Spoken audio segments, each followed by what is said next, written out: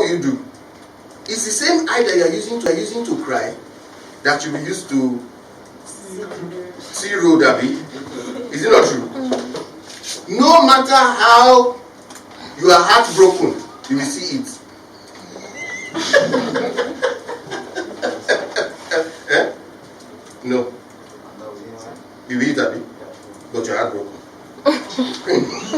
Since somebody said you are not really heartbroken.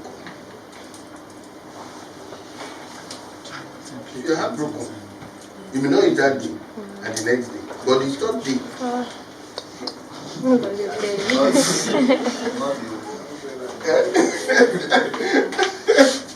Alright. So, okay.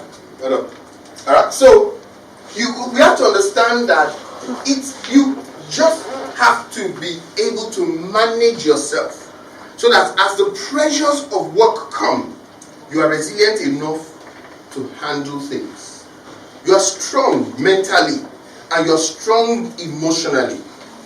Not that when you are challenged or put under pressure, you fall like a pack of cards. Next slide. It's hanging?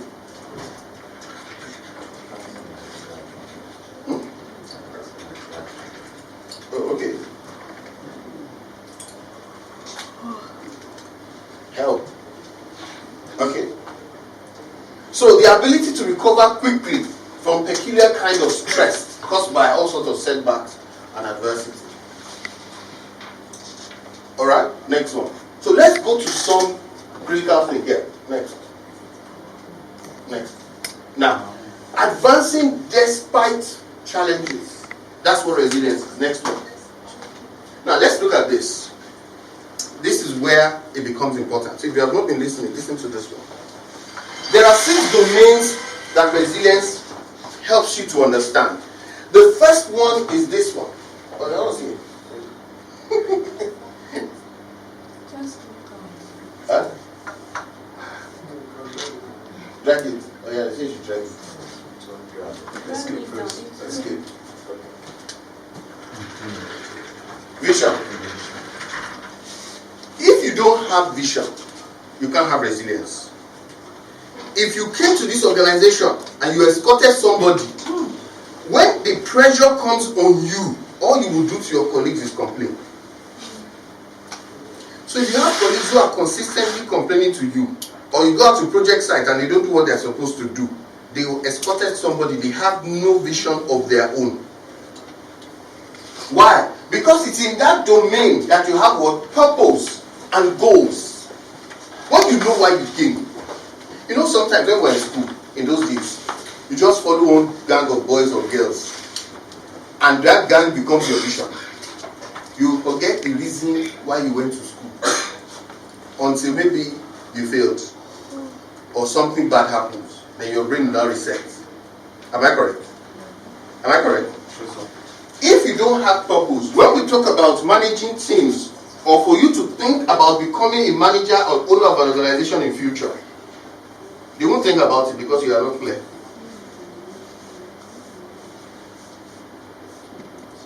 Are you with me? Very key. So one day I was sitting like you in this organization as a staff many years ago. Alright? So if you don't have purpose, vision, goals, it becomes very, very difficult for you to move. The next one is what? If you don't know how to regulate your emotions, you always say, I'm just angry.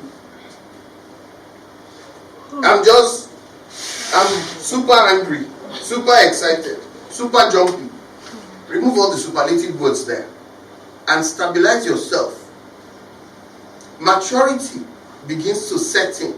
So you are not sitting in extreme positions every time. It is not super happy or super sad that gets the job done. It's stability. You regulate yourself. Are we relevant to each other? So when you are able to regulate yourself, you are also able to interpret biases. You are able to see through and interpret biases. This person is a technical person, so we'll see everything from a technical point of view. This guy is a commercial person, we'll see everything from a commercial point of view. So you are not just upset When you go and meet Wahid, what does he talk about? Why? That's his domain. So we'll think about the cost implication of what you are saying. You don't care. You didn't even think about it. You just want to get that job done at any cost. The business is not going to do that. The business wants to make profit. So you're able to look at the biases that exist there. Even somebody that is talking to you from a non-committed perspective, you're able to discern that this person, you don't have the interest of the organization at heart. You're able to discern. Are you there? Yes, sir. So, understand those issues, and then you are calm. Why do you think Rema's music has continued to top the charts over and over again? You know that song? Which one? Why? Because you have to keep telling your wife to calm down, and the husband has to the wife has to keep telling the husband, calm down, and then you have to keep telling your babe, calm down. So you have to play the song loud when you are around each other. So the song will keep topping the charts. So you have to learn that. The next one is what? Reasoning, problem solving, resourcefulness, and anticipation. And that word has happened twice. If you don't know how to solve problems, there's problem. Why? Because all you do is talk. You're on a project, you are talking. Rather than solve problems. So it's a skill. And for you to be able to solve problems, you have to calm down. You have to regulate yourself. Am I correct? Resourcefulness. Can you check the meaning of resourcefulness in the dictionary? I like that. I like you to look at that word.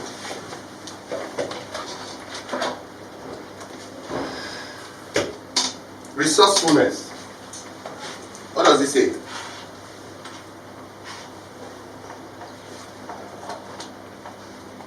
Help. Ability to. Yeah. Ability to. Find quick and clever ways to overcome difficulties. Read it again. The ability to find quick and clever ways to overcome difficulties. Another definition. Okay. Able to deal well with new or difficult situations and to find solutions to problems. Did you hear that? So when you come back to the office complaining without having created solution, what are you? What is the opposite of resourceful? Can you check the opposite of resourceful? The antonym of resourceful.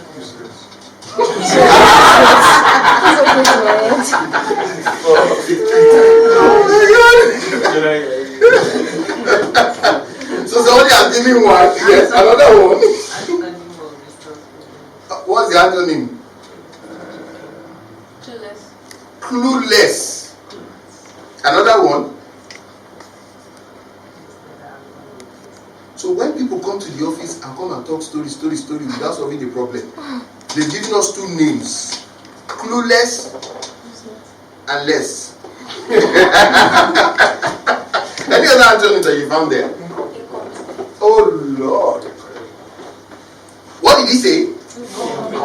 Read resourceful again. The one where he read. Ability to solve problems. Ability to solve problems. No, there's another part you read there. There's something you read there that was very instructive. Take it back. You need to look at it.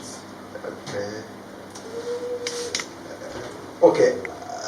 To deal with new or difficult situations and to find solutions to problems. The new and difficult situations, you solve New problem, not existing one, new one.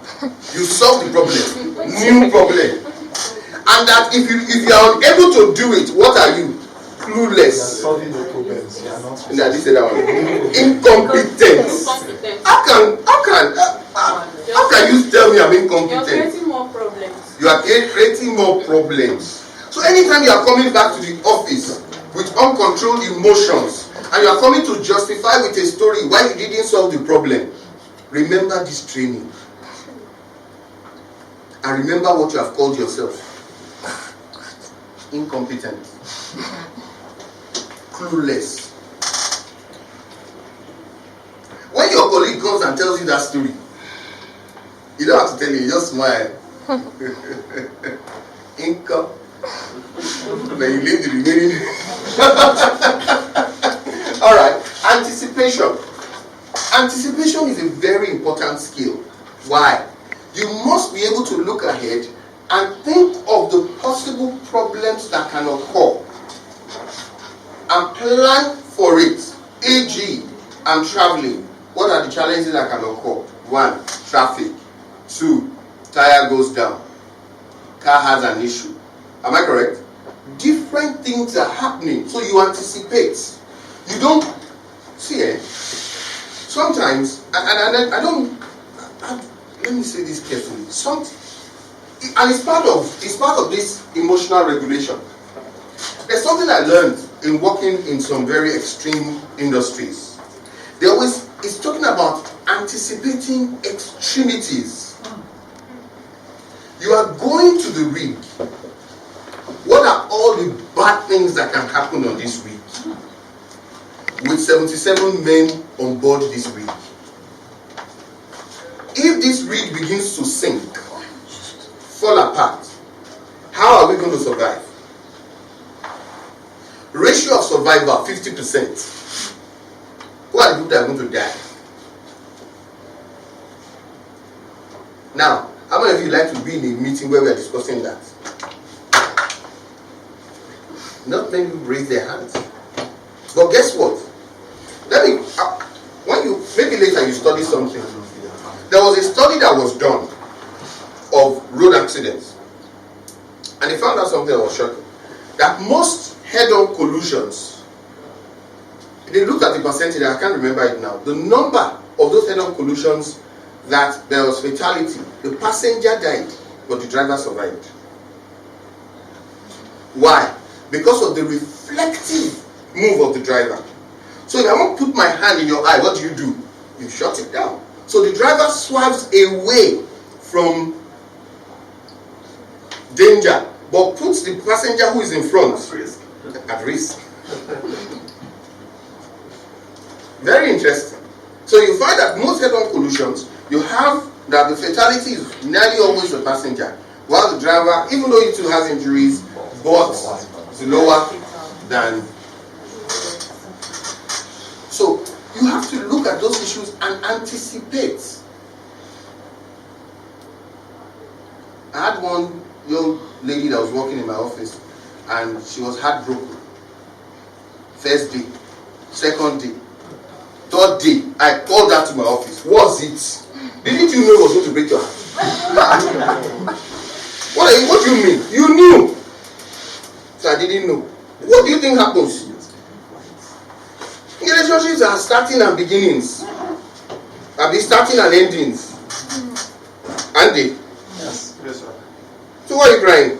Cry for 2 days and let's move on to do the work. Wipe your eyes, do makeup and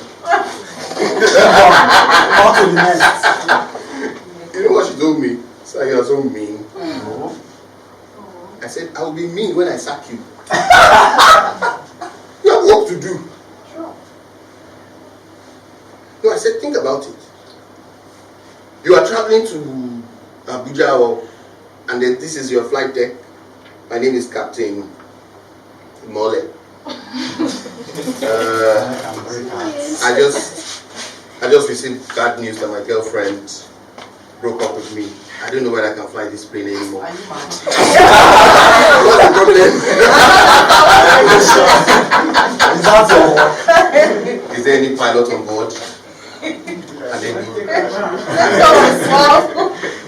then you whole plane is silent. Right now I'm crying, I can't see the controls anymore. Now why not now? Is it not being emotional? What should he do? Shouldn't he cry? He has just been heartbroken. And he got his SMS while on board flying.